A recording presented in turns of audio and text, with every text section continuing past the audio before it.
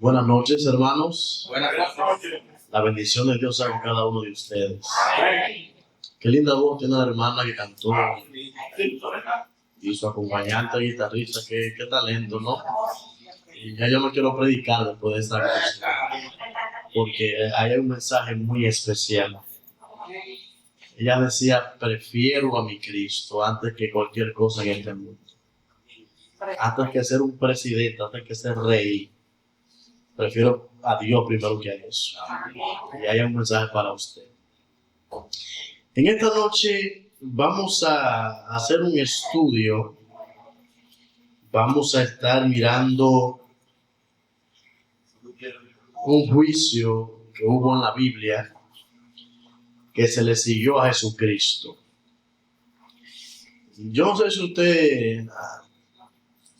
Déjeme ver porque esto está siendo grabado. ¿Ha ido a alguna audiencia? ¿Ha participado de algún juicio aquí en nuestro país? ¿Alguien ha participado de eso? ¿Cree usted ciegamente en la justicia dominicana?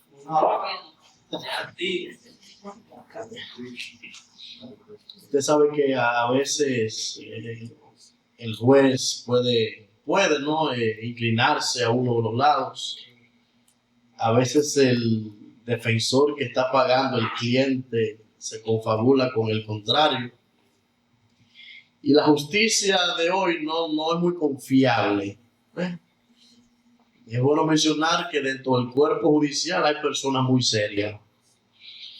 Y déjenme decirle que en el tiempo de Jesucristo también había quienes no eran tan serios. Ustedes, estamos cerca de la Semana Santa. Y cuando se acerca la Semana Santa, nosotros siempre estamos en contacto con la Pasión de Cristo. Vemos la película 1, 2 y 3 veces, casi la semana completa, porque siempre la dan y a veces es lo único que nosotros conocemos de eso, porque es la película que vemos, casi no lo leemos en la palabra. Y en Semana Santa, cierta vez escuché de esto y empecé a estudiarlo. Y hoy quiero compartir contigo un tema llamado un juicio ilegal. Oramos. Bendito Dios y Padre que estás en los cielos, santo sea tu nombre por siempre. Amén. A esta hora vamos a hablar de la escena más importante de la historia. El personaje principal hoy no es el hijo de la viuda de Naín, no es el hijo pródigo, es Jesucristo. Y antes y después de Él se divide nuestra historia. Te pido que antes y después de Él se divida la historia de muchos en esta noche. Bendice el estudio de tu palabra y que podamos encontrar lecciones para vida eterna en este lugar. Amén. En el nombre de Jesús. Amén. En el libro de Mateo, capítulo 26, verso 36 en adelante, comienza la historia, el preámbulo al momento donde Jesús fue sentenciado, golpeado y crucificado. ¿Qué dice el texto? Mateo 26, 36 en adelante. Dice: entonces llegó Jesús con ellos a un lugar que se llama Getsemaní. Y dijo a sus discípulos: sentaos aquí entre tanto que voy allí y oro. Tomando a Pedro y a los hijos de Zebedeo, comenzó a entristecerse. Aquí Jesús está depresivo. Para los que en algún momento han sufrido o sufren de depresión, usted no es el único. Aquí Jesús está depresivo. Empieza a entristecerse, escuche esto, y a angustiarse en gran manera. Una angustia sobrecogió a Jesús en ese momento. Estaba triste, no tenía fuerza, estaba desgastado. La sierva de Dios, cuando está hablando o comentando esta historia, dice que Jesús llegó a Getsemaní tambaleándose, agarrado casi por los discípulos, porque psicológicamente el maestro estaba destruido. Llega a ese lugar y le pide a varios de los discípulos: acompáñenme a orar. Y entonces Jesús está orando y cuando vuelve lo encuentra como durmiendo. Pero en el momento donde más Jesús necesitaba apoyo moral, sus discípulos, sus amigos dormían. Y uno de los evangelios te va a decir, y en la película tú lo viste, que en una de esas oraciones Jesús sudó como grandes gotas de sangre. Bien. Yo le voy a pedir permiso al doctor, que voy a dar un dato médico ahora. Esa no es mi área, pero lo investigué y no sé, creo que se aplica. ¿Usted cree que el sudor puede convertirse en sangre en realidad? No, sudor es sudor, sangre es sangre. ¿Qué es lo que pasa? Eso que le pasó a Jesús tiene un nombre médico que hoy lo conocemos, se llama hematidrosis. Eso es cuando una persona está inmerso en un grado tal de tensión, está tenso, deprimido, angustiado, está tan fuerte la situación que los vasos capilares de la frente se rompen y la persona sangra literalmente. Lo que pasa es que Lucas, Mateo, Marcos, pues no tenían el nivel de conocimiento que tenemos hoy. El pobre escritor lo que dice es: está sudando sangre. ¿Y por qué entonces era tanta tensión? ¿Por qué tanta angustia? ¿Por qué tanto pesar? Porque en ese momento, en eso, los pecados de todas las personas habidas y por haber estaban en los hombros de Cristo. Se acercaba la hora en la que Él iba a pagar por ti y en la que iba a pagar por mí. Y un ser santo, perfecto, sin mancha, estaba explotando con esa carga. Porque él decidió cargar en sus hombros toda tu historia de pecado. Poniendo esa base, vamos al verso 47 del capítulo 26 y empezamos entonces el juicio. El primer punto ilegal. Hay una abogada por aquí, vino hoy. A usted que yo le dije que iba a tratar ese tema. Sí, aquí está. Prometido de deuda. Primer punto ilegal en el juicio de Cristo es su arresto. Note, aún estaba él hablando cuando llegó Judas, uno de los 12, y con él mucha gente con espadas y palos, de parte de los principales sacerdotes y de los ancianos del pueblo. Y el que lo entregaba había dado señal diciendo: al que yo bese, ese es, prendedlo. Y enseguida acercó a Jesús y le dijo: salve, maestro. Y lo besó. Y Jesús le dijo: amigo, ¿a qué vienes? Entonces se acercaron y echaron mano a Jesús y le prendieron. Pero uno de los que estaba con Jesús, echando mano de su espada, hirió a un siervo del sumo sacerdote y le quitó la oreja. ¿Conocen ustedes la historia? No vamos a seguir leyendo. El hecho es que el arresto fue ilegal. ¿Por qué? Número uno, en un juicio penal, ¿qué es lo primero? ¿Cómo se inicia o cómo se produce un juicio penal? Bueno, con una querella, una denuncia. Vamos a decir que el hermano aquí del Power, el pastor le ha robado el celular, ¿no?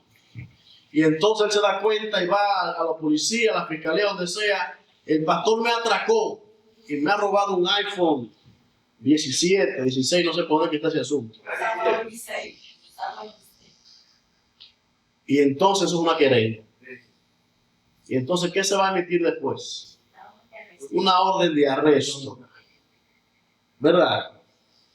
Ahora, una querella se pone contra alguien que ha delinquido, le ha faltado a una persona. Y entonces viene la pregunta. ¿A quién fue que Jesús hizo un daño? Como Jesús no había dañado a nadie, no existía una querella en su contra. Por lo tanto, no debía emitirse una orden de arresto. Usted dirá, oh pastor, pero eso en este país, eso hace 2000 años. La abogada aquí sabe que el derecho nuestro deriva del derecho romano, del derecho francés y del derecho de todas las civilizaciones que fueron antes que nosotros. ¿Sí o no, distinguida? Era igual. No se podía. Número 2, el arresto de Cristo ocurre a medianoche o algo más. Y estaba prohibido emitir o arrestar a una persona a esa hora. Hoy, hasta las 6 de la tarde, míralo ahí. Hoy en día, hasta el día de fiesta, hay muchísimas cosas ahí que hay que tomar en cuenta, unos plazos, unos asuntos, unos maneras, y ella sabe de eso. Ilegal. Y lo tomaron, queridos, y lo trataron mal. Pero en ese momento, uno que ese no dice el nombre ahí, pero eso era Pedro. Miren, Pedro sacó una espada, un cuchillo, un machete, como usted le quiera llamar. Mi pregunta es, ¿qué hacía Pedro con esa espada encima? Ya que tenían 3, casi 4 años cristianos. Mira, le salió el barrio a Pedro en ese momento. Todavía, atención cristiano que hay aquí, no se sientan mal ni avergonzados, porque a veces a usted se le salen cosas. Porque Pedro estaba al lado del más grande pastor del mundo, que es Jesucristo. Y todavía le vuelve la oreja en claro a un guardia del Sanedrín. Yo quiero que usted entienda que Pedro no agarró a ese soldado y le agarró la oreja y se la cortó así. No, pues. Analice. Pedro le tiró un machetazo a ese hombre, a matarlo. Y cuando él reacciona, le alcanza la oreja. ¿Se dio cuenta? Pedro no fue a herirlo, Pedro fue a quitarlo del medio. No sé, un ataque de ira, hermano. Y Jesús, en medio de esa situación, viene y hace un milagro y se la pone de nuevo. Yo creo, estoy diciendo yo creo, no estoy diciendo la Biblia dice, o por lo menos no lo he estudiado, me imagino que ese soldado probablemente haya alcanzado salvación. Probablemente, si ese hombre tiene juicio, con el tiempo, aunque sea escondido, debió ser un seguidor de Jesucristo. Primer punto legal fue su arresto. Ahora viene, ¿dónde se celebran las audiencias hoy en día? Bueno, en el Palacio de Justicia. La medida de coerción la vamos a celebrar en un tribunal llamado atención permanente. Porque hoy hay como 48 horas para conocer la medida. En aquel tiempo, para los judíos, en lugar de conocerle su medida de coerción o enjuiciarlo, era el Sanedrín. ¿Pero dónde llevaron a Jesús? Oh, ahí mismo usted dice, lo llevaron a un patio. Verso 57. Los que prendieron a Jesús, los que lo agarraron preso, lo llevaron al sumo sacerdote Caifás, a donde estaban reunidos los escribas y fariseos. 58. Pedro lo siguió de lejos hasta el patio del sumo sacerdote y entrando se sentó con los guardias para ver el fin. Jesús no fue llevado al Sanedrín, porque esas oficinas a las 12 de la noche no estaban abiertas. Lo llevaron al patio, a la casa del sumo sacerdote Caifás, incluyendo ahí a su suegro llamado Anás. Y grábese ese nombre. Al patio. Y el que presidió esa audiencia no era quien debía presidirla. El sumo sacerdote actual, el que estaba de turno, era Caifás. Pero quien presidió esa audiencia fue Anás, el suegro, el mayor, el que ya había sido quitado del puesto. Y yo me pregunté por qué y descubrí que como era una trama, un engaño, un juicio ilegal, un proceso turbio, malicioso, el pueblo o gran parte del pueblo amaba a Jesús. Ellos debían asegurarse de que todo se diera como ellos querían. Y como Caifás, el más joven, el más impulsivo, no iba a ser tan sigiloso manejando la situación, porque es a Jesús que estamos tratando. Era algo terriblemente planeado. Si usted cree que hoy en día hay gente corrupta, esto no tiene comparación.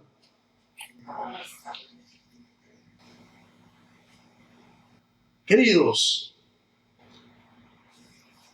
siguiente punto ilegal es que contra Jesús se cometió perjurio. ¿Qué es perjurio? Perjurio no es una bachata de Romeo Santos. Perjurio es cuando un testigo va y miente al tribunal confabulado con una de las partes para beneficiarlos. Y eso es penado por la ley. ¿Y qué hicieron los testigos? Léaselo. Los principales sacerdotes, o sea, los jueces, los que están dirigiendo el asunto, están buscaban un falso testimonio contra Jesús para entregarlo a muerte, pero no lo hallaron. Vino uno y dijo una cosa, vino uno y contradijo este. No había coherencia en los testimonios. Pero son los abogados los que aportan los testigos, los querellantes, o las partes. No, aquí era los sacerdotes, ellos mismos. Sí. Queridos, ¿qué más? Sus custodias lo golpeaban. ¿Y qué le pasaría a un policía que un preso está esposado ahí en una audiencia y le golpea? El código dice, el protocolo dice que esa custodia debe proteger a ese preso hasta con su vida. Ahora, si el preso escapa, él tiene permiso hasta para disparar. Pero mientras tanto, la vida de ese preso está en las manos del custodio, el policía que lo está cuidando. Pero estos que estaban cuidando a Jesús le daban bofetadas. Adivina qué fue que te dio que tú eres un profeta. Y lo escupían, y lo maltrataban, lo ultrajaban. Todo eso a Jesucristo. Como si esto no fuera nada, su amigo Pedro, quien Jesús llamó e hizo un milagro por él el mismo día que lo llamó. Una pesca milagrosa. En cierta ocasión la suegra de Pedro estaba enferma y Jesús va y la sana. O sea, Jesús había sido gente con Pedro. Y en el momento que más Jesús necesitaba un apoyo moral, él que estaba ahí, alguien dijo, ¿pero tú andabas con Jesús? No, yo no lo conozco. Yo no sé, nunca lo he visto. Pero que tú te pareces a él. No, yo no. Y se fue para acá y fue para la otra esquina. Y allá otra gente le dijo, pero tú te pareces, tú eres de ellos. No, ese hombre yo ni sé cómo se llama, yo no lo conozco. Y se cambia de lugar y otra tercera persona le dice, tú hasta hablas como él. Y ahí comenzó a maldecir para parecerse como los demás. Y la historia dice que el gallo cantó y Jesús le había dicho a Pedro antes, hoy, antes de que el gallo cante, tú me habrás negado. Y Pedro lloró amargamente. Queridos, pero qué fariseo era Pedro, ¿no? ¿Qué usted dice? ¿Sí o no? Tenía que ser un traicionero grande para hacer eso. ¿Verdad? Y me disculpo, qué fácil es señalar a Pedro, ¿no? Ahora déjame preguntarte a ti. ¿Y tú? Cuando aquí te hacemos un llamado para que te entregues a ese que te ha protegido toda tu vida, ¿Por qué dices que no? ¿Por qué lo piensas tanto para entregarte a Cristo? ¿Por qué a veces cuando te ponen a elegir entre tu vida material y tu vida espiritual prefieres la material? Es porque todos tenemos de alguna manera la misma actitud de Pedro. ¿Sabe qué necesitamos? Entregarnos a Jesucristo. Queridos, y yo me pregunto, ¿por qué Jesús permitió esto? ¿Jesús sabía que se estaba violando sus derechos, sí o no?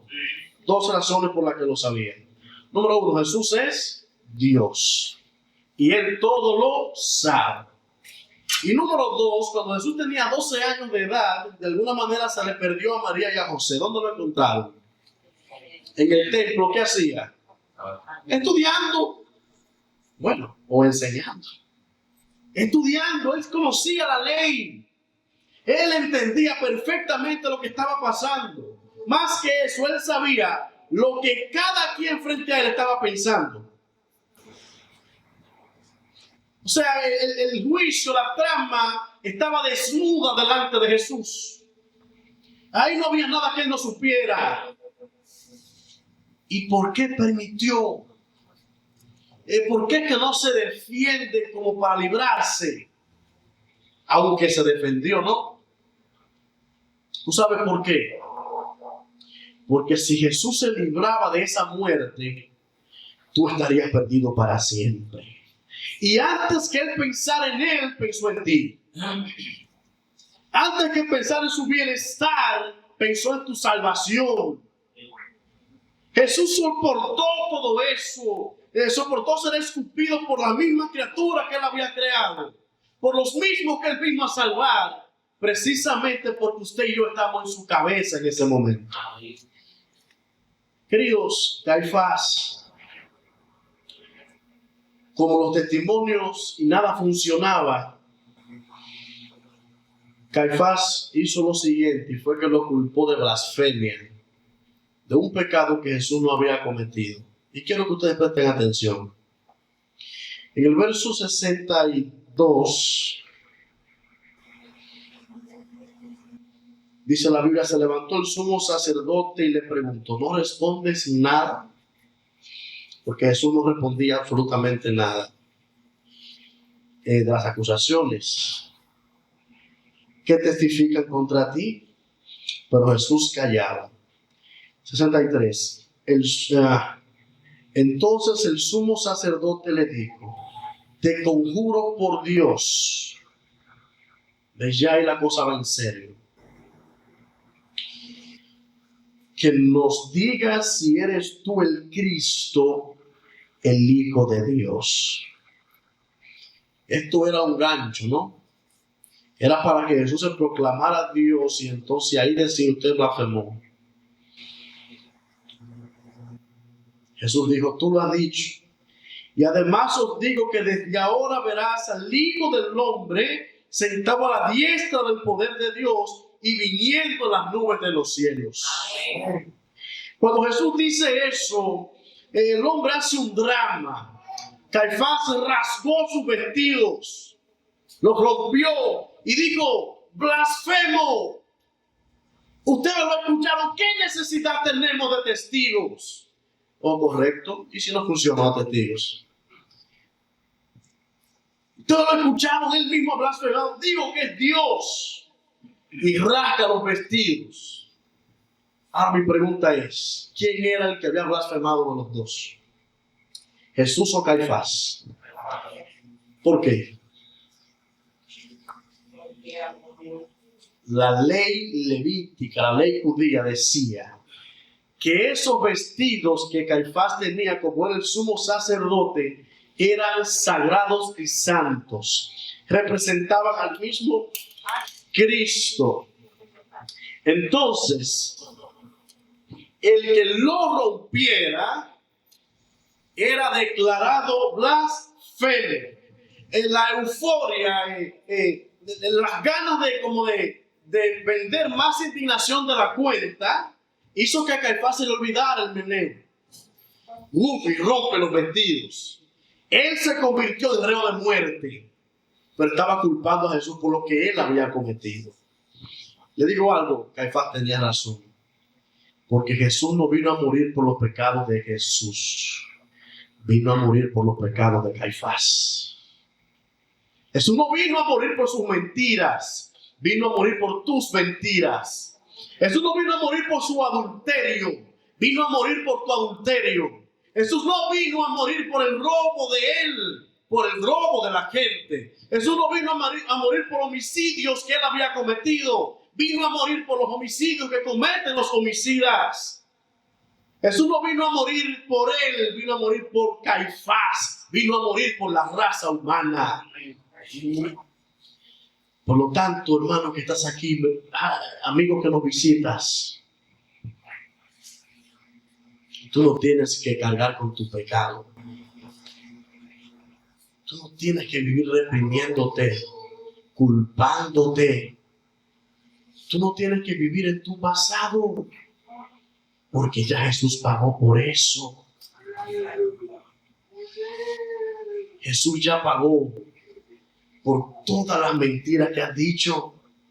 Jesús ya pagó por todos los insultos que has hecho a alguien. Jesús ya pagó por todas las veces que alguien se ha drogado. Jesús ya pagó por todas las veces que alguien ha robado. Jesús ya pagó por todas las veces que un esposo o una esposa traicionó a su familia. Jesús ya pagó por cualquier funcionario que se robe lo del pueblo. Jesús ya pagó por todo aquel que ha pecado y crea en él. Tú no tienes necesidad de estar cargando tus pecados, porque ya Jesucristo lo cargó por ti. Queridos, lo único legal que hicieron, yo ayudándolo, distinguida colega, todo, fue que lo llevaron donde Pilatos. ¿Y por qué? Porque como Israel era, vamos a llamarle esclavo de Roma en ese entonces, lo que allí se cumplía era lo que decía Roma. Ustedes conocen el caso de Puerto Rico y Estados Unidos. Puerto Rico no tiene presidente, ellos tienen un gobernador, y lo que Estados Unidos diga es lo que se hace allá. Así mismo era más o menos. ¿Y qué pasa? La pena de muerte no se podía dar a menos que tú no violaras una ley romana. A los romanos no le importaba para nada las cosas espirituales. Por lo tanto, nadie iba a morir porque ofendiera a Dios, ni la ley judía. Por lo tanto, necesitaban venderle a Jesús como un delincuente a Roma, peligroso para Roma, para que sea Pilato quien dicte muerte. Porque ellos no podían. O sea, en un sentido, Roma permitía que los judíos tuvieran cierta legislación para mantener el orden, pero no porque le importaban las cosas de Dios, ni mucho menos los judíos. Así que lo llevan, y dice el verso 15 en adelante, el 27, capítulo 27, verso 15 en adelante, miren, pónselo en pantalla para que la gente lo vea. Dice así: el día de la fiesta, acostumbraba el gobernador a soltar un preso al pueblo judío. ¿Cuál fiesta era esa? Se acercaba el día de que iban a sacrificar las ovejas. Correcto. Que pudiéramos durar una noche entera hablando de este puntito. Me parece que Jesús fue esa última oveja. Pero está bien. Seguimos aquí. Y en esa fiesta, Pilato acostumbraba a darle un preso al pueblo, a liberar uno que ellos quisieran para congraciarse con ellos. Y entonces, cuando Pilato ya había interrogado a Jesús y entiende que Jesús es inocente, que no hay, sus imputaciones no tienen sentido, Pilato dice así: bueno, yo voy a agarrar a Jesús y lo voy a poner aquí y a Barrabás aquí. Barrabás era un delincuentazo, ¿no? Había matado, había causado sedición, estaba sentenciado a muerte. Ese día Barrabás tenía que morir. Y dijo: si yo saco a Barrabás, por ser Barrabás, el pueblo va a decir: maten a Barrabás. Y entonces liberamos a Jesús, porque estaba convencido de que Jesús era inocente. Como si eso fuera poco, la esposa de Pilato le dijo un par de veces: ten cuidado. Mira, no lo mates, no lo entregues. Ese hombre es inocente. Dios, en otras palabras, me ha revelado que ese hombre no tiene nada que ver. Por favor, esposos, escuchen a sus mujeres, ¿oyeron? Porque Pilato no escuchó a la de él y mató al hombre más importante de la historia. Escúchenla, a veces ya no entienden, pero escúchenla.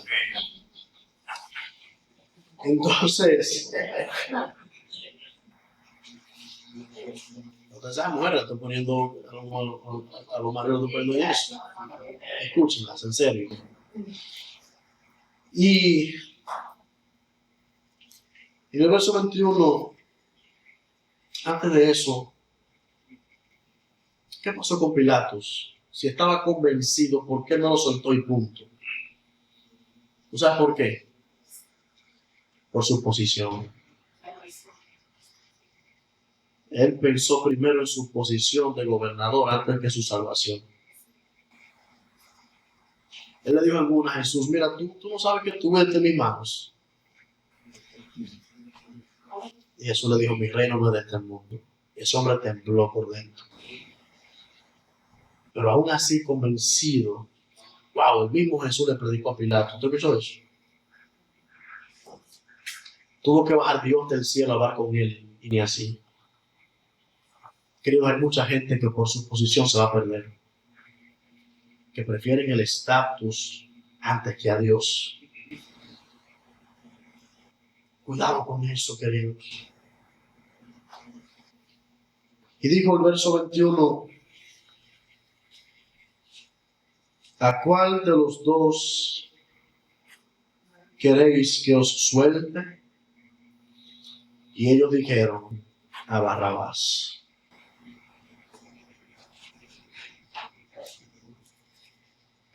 Se lavó las manos y ahí comenzó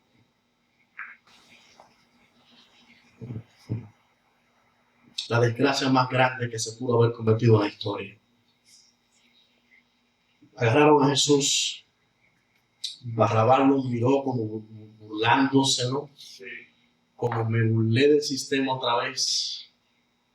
Barrabás ese día iba a morir crucificado, estaba condenado a muerte. Y Jesús lo miró como diciendo: no te burlaste, sino que a eso vine a morir en tu lugar. Tú no tienes necesidad de morir porque yo estoy aquí. Amén. Lo ataron en el pretorio. Vinieron 2 verdugos romanos. Le dieron una tanda de 40 latigazos con una vara por todo el cuerpo.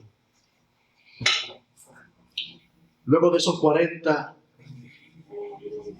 cambiaron el látigo y ahí buscaron uno que tenía metales en las puntas. Cuando ese asunto lo probaban en la madera, se incrustaba en la madera. Imagínense que él no hacía eso en la carne, en el cuerpo humano. 40 más en todo el cuerpo. La crucifixión era el método más atroz de la época para ejecutar a una persona. Estaba diseñado para que el que muriera ahí sufriera de verdad. O sea, cada cosa era bien pensado. Cuando usted va al médico y lo canalizan en el brazo, o donde hay carne, lo inyectan, eso no duele tanto. Pero cuando usted lo canalizan aquí, dígame, eso duele. Ahí era que clavaban. Era algo diseñado para que la persona sufriera hasta más no poder. 40 más. Desangrándose ahí. Su madre María, que es un ejemplo para todos nosotros, tuvo que mirar y soportar cómo le desgarraban la vida a su hijo Jesús. Querido, buscaron una corona de espinas y la incrustaron en su frente. La sangre bajaba por el rostro. No podía ver le pusieron una túnica burlándose, salve rey de los judíos.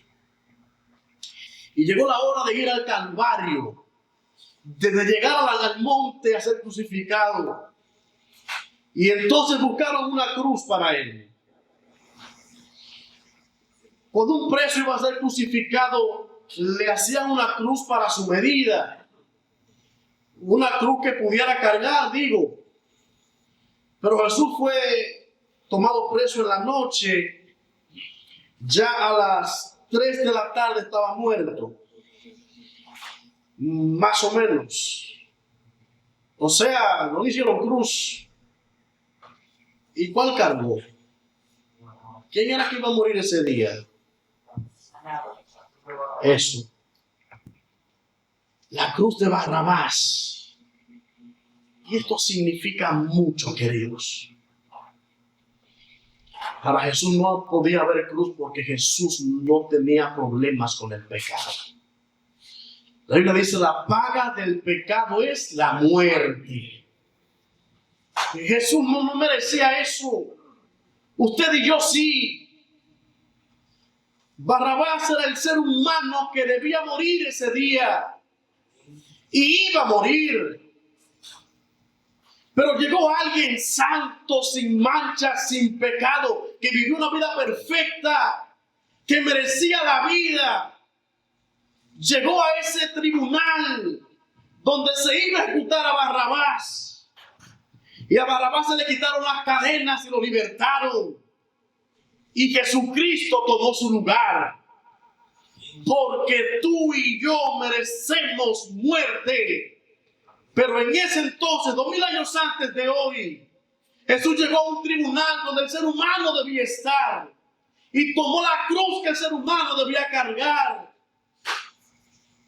No por los pecados que Jesús había cometido, sino por tu desobediencia. Porque de tal manera amó Dios al mundo, que dio su Hijo único, para que todos aquellos que crean en Él no se pierdan, sino que tengan vida eterna. Por eso Jesús estaba crucificado ese día. Camino al Calvario se cayó varias veces. No tenía fuerzas ya. No había desayunado, no había tomado agua. No había comido al mediodía. Todo lo que había recibido eran golpes, insultos, rechazo por la misma gente que él vino a salvar. Llegaron al Calvario, tiraron la cruz en el piso, a Jesús lo estrellaron encima de ella. Buscaron clavos que medían aproximadamente 6 pulgadas. 6 pulgadas de hierro. Algunos creen que para que su brazo llegara donde debía llegar, tuvieron que dislocarle los hombros. Queridos, el maestro temblaba de dolor. Y estoy narrando la historia así porque peor de ahí fue. Y yo no quiero que se me escape un detalle, aunque se me escapan muchos. Pero quiero que tú entiendas la magnitud de lo que sucedió. Clavaron sus manos, luego en sus piernas, levantaron la cruz y cayó de golpe en el hoyo. ¡Buf! Y ahora todo su cuerpo pendía de clavos. La posición en la que el tórax estaba era para que casi no respirara. El sudor de todo el proceso en las heridas picaba.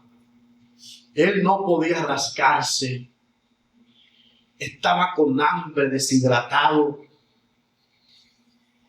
En vez de darle agua, le pusieron vinagre y él no.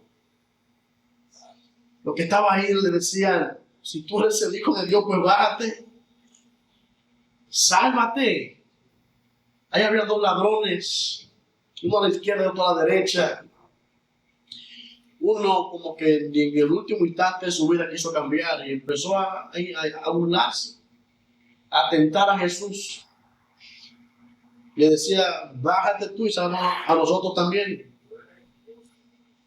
Y yo sé, queridos, que Jesús pensaba, digo, si me bajo de aquí, todos estarían perdidos para siempre.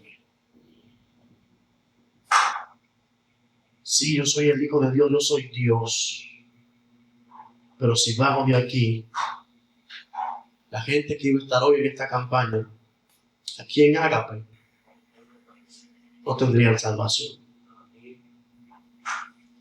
Por lo tanto, aunque quisiera, aunque me duele, aunque estoy muriendo, aunque es una deshonra, yo no me voy a bajar de esta cruz, porque ustedes y yo necesitamos salvación.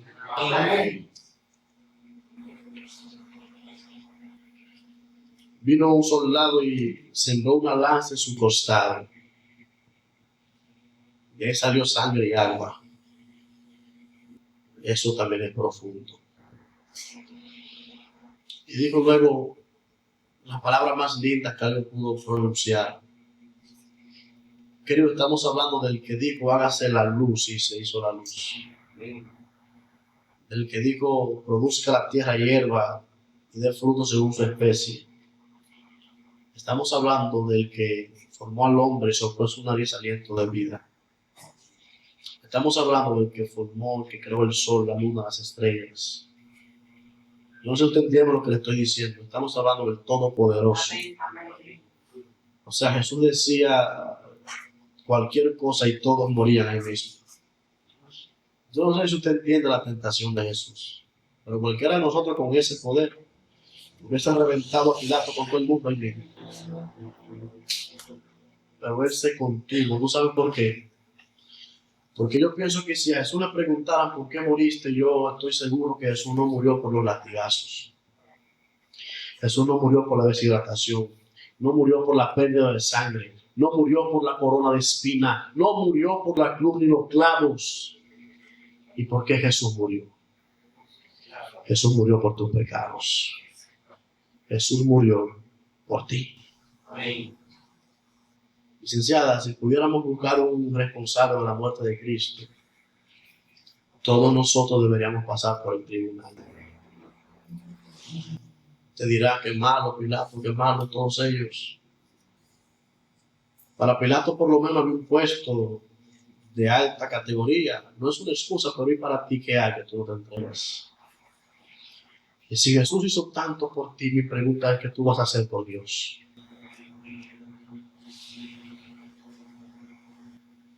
En esta noche te cuento esto para decirte dos cosas. No hay nada que tú hayas hecho, que tú estés haciendo, que no tenga perdón de Dios. Porque todo lo que tú merecías sufrir para pagarlo, Jesús soportó un juicio ilegal por ti.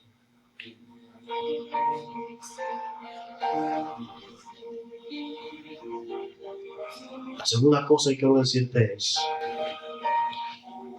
yo te invito a que tú pongas una sonrisa en el rostro de Dios. ¿Y cómo, pastor? Entregándole tu vida a Jesús. Para cuando tú te entregues mediante el bautismo, Jesús diga en el cielo, lo que viví en la cruz ha valido la pena en la vida de esa persona.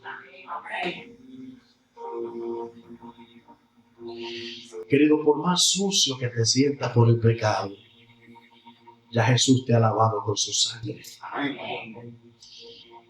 Jesús soportó ese juicio ilegal porque Él soportaría menos perderte. El único argumento que Dios tiene para haber sufrido eso se llama amor. Porque Dios es amor. Por lo tanto, ¿Qué te impide aceptarlo? Estoy hablando ahora para todos aquellos que todavía no se han entregado a Jesús. Y le voy a preguntar lo siguiente. Quiero ver a todos aquellos con la mano levantada que aceptan ese sacrificio de Cristo en su vida y quisieran en algún momento de su vida hacer arreglos para entregarse a Jesús. ¿Cuáles son esos? Dios nos la bendiga, Escala. ¿Te gustaría estar en pie, Escala, por favor? Usted también, querida, por favor. Gloria a Dios. Dios te bendiga, líder, ponte en pie, por favor. Dios ya pagó por ti, Escala. Por usted también, querido, por usted, el sobrino de mi mamá. Wilson. Dios pagó por usted. Jacqueline. Ustedes no deben preocuparse por dejar cosas. Simplemente vengan a Jesucristo. Hay otra persona que quisiera levantar su mano. Voy a orar por ti solamente. ¿Hay alguien más que ha sentido un toque de Dios en esta noche?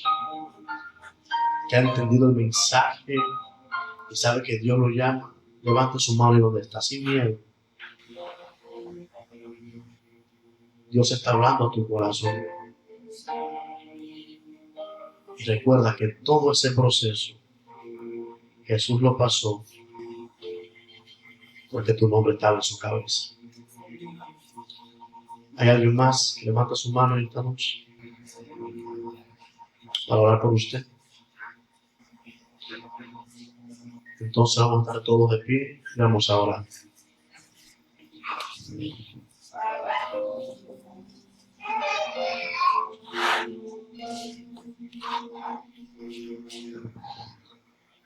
Bendito Dios y Padre que estás en los cielos. Santo, alabado y glorificado sea tu nombre. Señor, límpianos con tu sangre. Esas 4 personas que se pusieron en pie en este lugar, dales el don de la salvación. Tú conoces la vida de cada uno de ellos. Sálvalos. Transfórmalos desde ahora. Padre, quiero poner en tus manos la familia de la hermana que en la puerta me pidió oración. Tú la conoces a ellas y a todos sus familiares. Dale tu bendición. Ensancha su territorio. Que el Espíritu Santo tome posesión de toda la familia y que juntos puedan ir contigo al reino de los cielos. Amén. Padre, otras personas que aquí han llorado, que han sentido altamente impresionado por la palabra de Dios,